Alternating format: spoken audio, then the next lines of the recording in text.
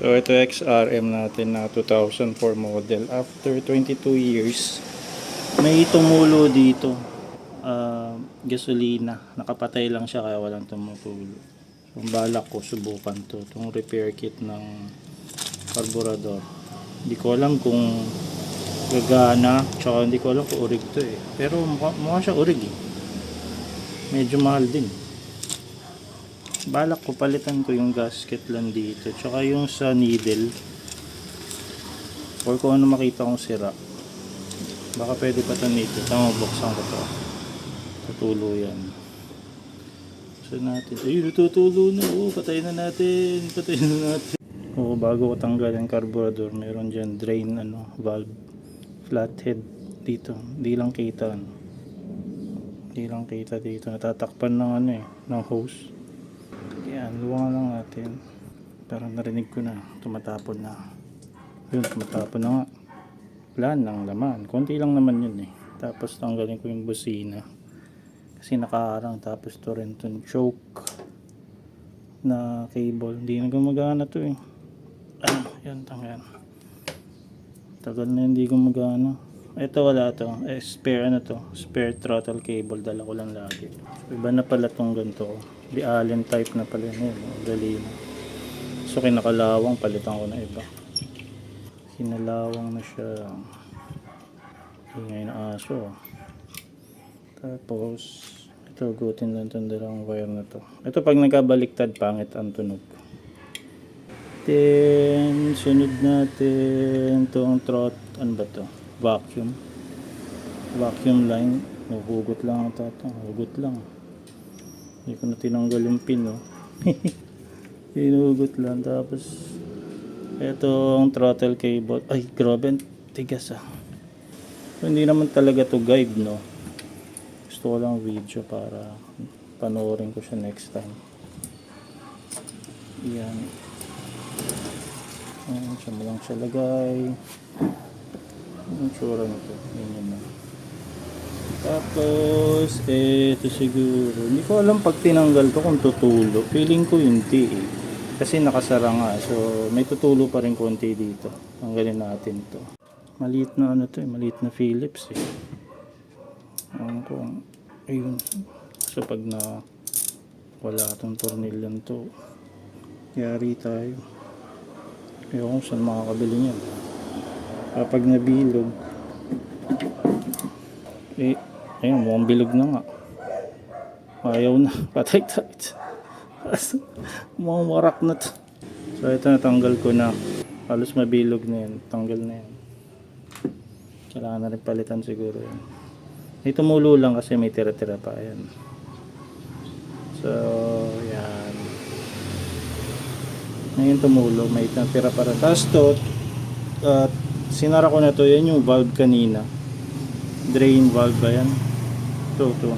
Sinarado na natin ng flathead. So next kung tanggalin ito kahit di ko natanggalin to. Ito syempre nakalock kaya wala tumatapon.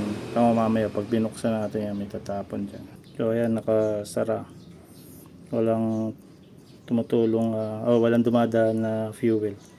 Yan yung iba ginagawa na ibang tropa pinagtitripan yung kaibigan nila, sinasara to under yung motor, then after few seconds o few minutes titigil na kasi wala ng gas. Bubuksan ko to, lalabas yung dyan.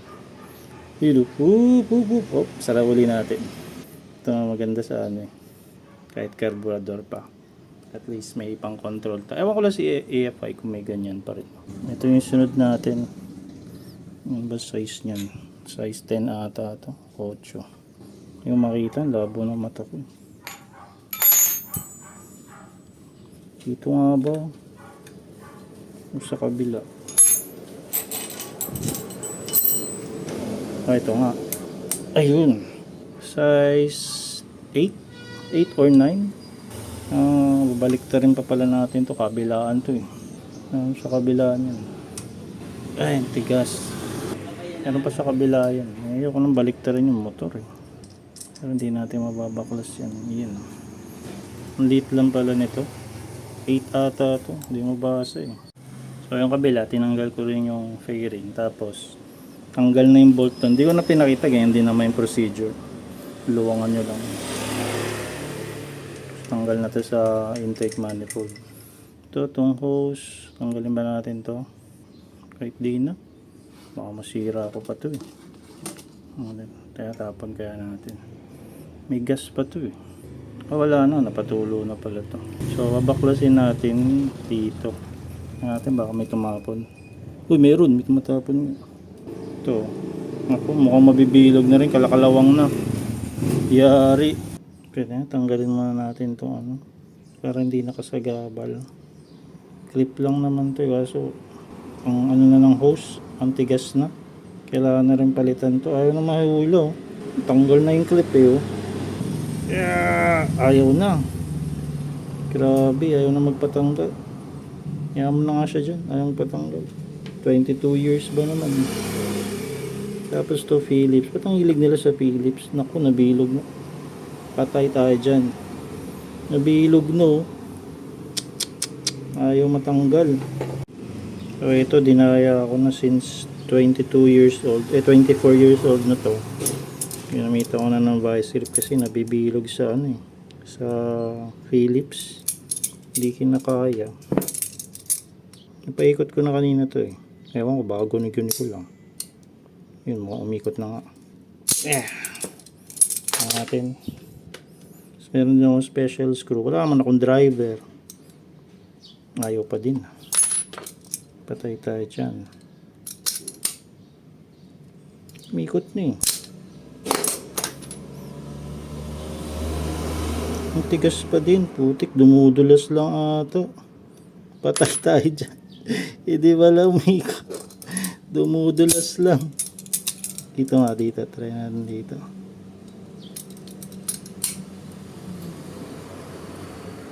Naramdam parang umikot eh. Ito. Alam, tigas pa din. Patay tayo. Mukhang nadali na mga boss. Yung vice grip lang ginamit ko. So, ayan. Tanggal na. Sobrang luma na nito. Lambot na eh. Ano? Buti kinaya ng vice grip. Papalitan ko na lang yan. Kaso, saan tayo maghahanap niyan? So, no. Pwede kaya dyan di 4 na ano, di Allen type. Hindi ata 4 to. Biniyak. Ayun. Feeling ko ito yung sira. Itong gasket. Ayun, patag na wala na akong makapa eh. Feeling ko ito yung kailangan tunggapin. Semento ni. So, try natin tanggalin to. Hanap tayo ng Philips flathead. Mas maganda siguro kung manipis na kutsilyo. Ang kapal pa ng flathead ko, hindi ko na siya matungkod. Kanina yun, natungkod na. Dandaan lang para hindi magkaroon ng kanal. Pag nagkaroon ng kanal, yari tayo. Kita natin. Sana parehas yung ano. Kasama sa repair kit. Kung need nyo itong repair kit, meron dyan sa video link. Tingnan natin yung kasya to. Sana yung kasya. Mga naman parehas. Oop. Kasyang kasya. Mga original na bili ko. Eto makapal na. Nakaramdaman ko na sa taas. Meron. Yung kanina kasi sobrang ano ni. Sobrang flat. Pantay na pantay. No? Makapal na to. Diba? So balik muna natin. Ang problema nga. Pag ibabalik ko yung screw. Baka may screw ako mahanap dyan na kahit Allen type. Hanap muna tayo. Ulats na to. Napis na eh. Siguro palitan ko na rin to. No? Ito mga ayoko pang palitan to eh. Kasi original to eh. Ito lang mga o-ring kasi yun yung mabilis masira. Ang hirap lang. Oh, flat na rin to. Grabe, hirap nang tanggalin. Flat na siya. Hirap nga nang tungkabin mga boss. Baka masira pa yung floater natin. Ayaw matungkab, ayaw magpatungkab mga boss. Kakainis. Ito yung mapalit natin. No? Pasukat siya eh. Ang mga natungkab ko na dito banda. Ayun. Naku, nipis na pala rin ito. Ang layo. Tingin. Kaliwa yung orig. Layo na oh. Kapal nito. Sana kasya rin to. Ayun. Ganda rin kasya. All goods. Ang hirap nga balik eh. Kasi parang masikip siya. Kumapal na. Pag dinama mo yung finger mo dyan, ramdam mo ano eh, may hump. Yung kanina wala ano, flat na. Screw na lang problema ko. Hanap tayong screw. Siguro maganda palitan na rin natin to. Palitan na natin ng floater. Pero itong pin to pa rin gagamitin ko, ang lock pin. Floater tsaka yung ano, needle ba tawag dun? Kasi baka malaglag. Ayun oh. Ayun. Maliit. Ayun oh. Ito. Pero tago ko yan, baka palpak yung, baka kasi hindi urig yung bago. Ito na yung bago. Medyo mahirap siya ikabit, ang liit eh. Parang mas maganda nga yung dating floater. Parang hirap ipasok na ito. Kaya pumasok dito sa orig. O sa orig, pasok agad eh. O, pasok agad sa orig o. Ayun o. Ito na lang kaya ang orig gamitin ko. Ito na lang. Floater, pero yung needle pinalitan ko. Ito yung needle nakabit na. Ito pala lock, pin lock ba tawag yun, ewan ko. So andun yung needle, ayun, yung makintab na may color black yung tip. So shoot nyo dito, shoot nyo dyan sa butas, ayun. Tapos yung pin, ang hirap nito, kailangan may taga shoot ng pin para madali. Baka kasi kumalas sa floater yung ano, yung ano tawag doon, yung needle, ewan ko, needle floater or needles, yan, okay na. Yun. Right, tapos balik na lang. May nakita pala akong screw, kaso yung screw maikli, hindi ko alam kung aabot to. Ayun o, maikli, hindi yata aabot to. Naku, patay. Tuwing hindi nga abot. Patay tayo dyan. Kailangan natin ibalik yung dati. Ito. Sagain na lang natin. So, balik lang natin to. Balik lang natin. Maramdaman nyo naman yung pagbago na yung ano. Yung tawag dyan. Itong rubber gasket. Ang ganda na ng feel niya. Tama ba ito? Pa ganyan ba yan? Yun. Oh, makapal na nga. Ang kapal na ng pakiramdam ko. Yan. Skip natin ito dito. Wait lang, ikpitan ko lang ito kung paano diskarte gagawin ko. Pwede naman akong bumili ng tornilyo kasi ang tagal pa. Gusto ko nang tapos to eh. Gusto ko nang gamitin. Ito pala, parang gusto ko nang palitan to. Kaso yung sa bagong nabili ko, parang masyadong malaki. Oh? Diba? Buka natin. Although may hump pa naman ako nakakapa. Parang gusto ko na rin siya palitan. Ang hirap yun. Tanggal naman. Maikpitan ko na pala. Ewan ko kung maikpit na yan. Tama or what. Mas makapal na nga ito. Tumanipis na. Baka hindi kasya to. Parang masyadong malaki. Hindi siya pumapasok ng maayos. Oh. Diba? Pero pagka naikpitan siguro yan, baka hindi orig to nabili ko. Pero mahal din. Ito yung pinakamahal sa mga nakikita kong repair kit. Problema natin, screw din dito. Lambot na.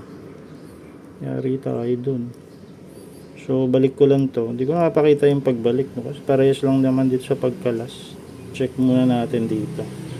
Salpak muna natin kung tutulo. Kasi kung tutulo yan, hindi ako lots. Palit dapat talaga tayong screw dito. Saka dito. Kapiling ko maigpit na eh. Pero parang may higpit pa kung bago yan. Ito, tsaka na natin linisin.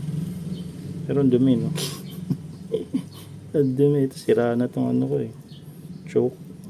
Hindi ko na rin ginagamit yan. Pero dito mga malinis pa. Yung loob-loob, di ko na ginalaw, no? Ang subukan natin.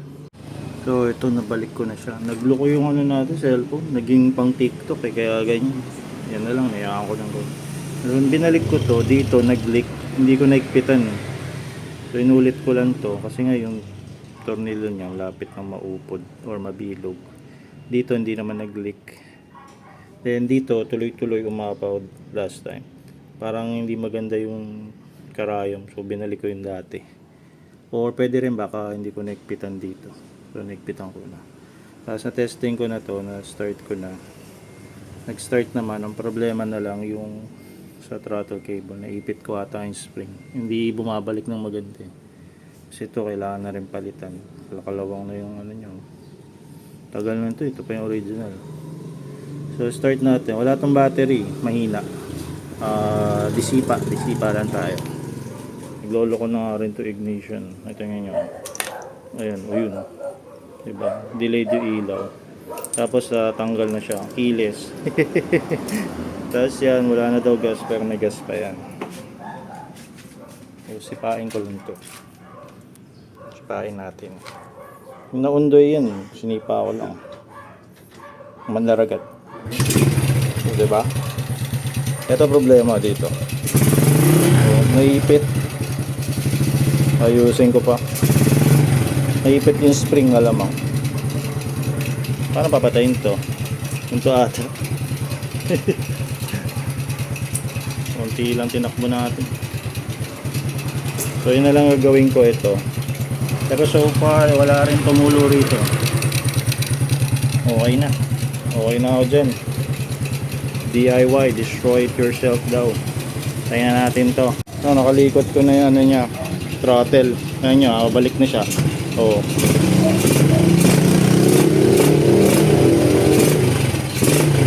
Ang problema hindi pala sa spring, wala sa spring, nandito sa throttle cable kinalawang. So binaklas ko yan, tapos nilangisan ko. Ito natatanggal to.